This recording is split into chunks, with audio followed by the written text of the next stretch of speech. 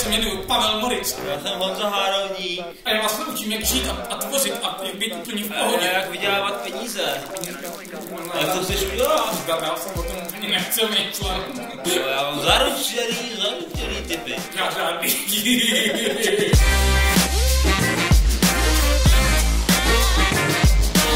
Asi jste si všimli, že ten svět je narvaný a nacpaný lidma, který vám furt radí, jak máte žít, jak ho máte tvořit a jak se máte změnit. Při vydělávání peněz je to úplně stejný.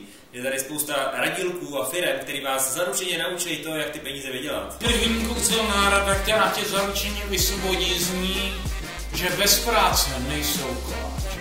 Já teď Honzovi něco poradil. Honzíku, buď šťastný.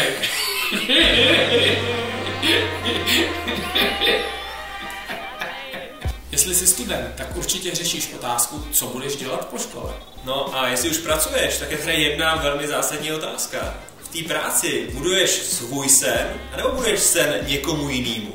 Myslíš si, že existuje krásnější verze života, než žiješ?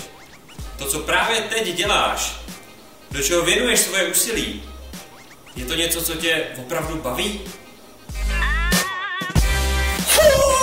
Mě to teda rozhodně baví, protože já jsem úplný profesionální trenér štěstí. A já učím lidi vydělávat hromady peněz.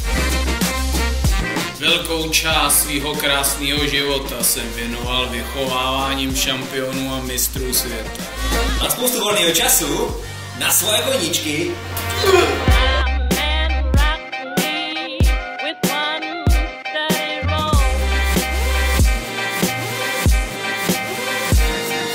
A jestli vás zajímá, kdo skutečně jsme, A co jsme si pro vás připravili? podívejte se na náš web. Studenti umí podnikat.cz